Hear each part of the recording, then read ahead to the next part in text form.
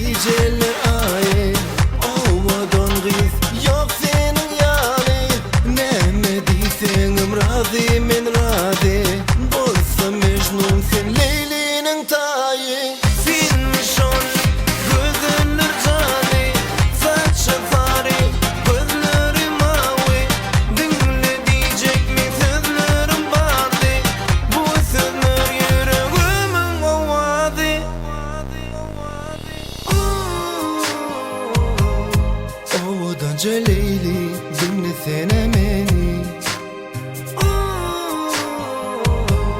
dinle sensin Leyli, batlıya çık beni. Odanca Leyli dinlesene beni, bu dünyada dinle beni, batlıya çık sensin Leyli.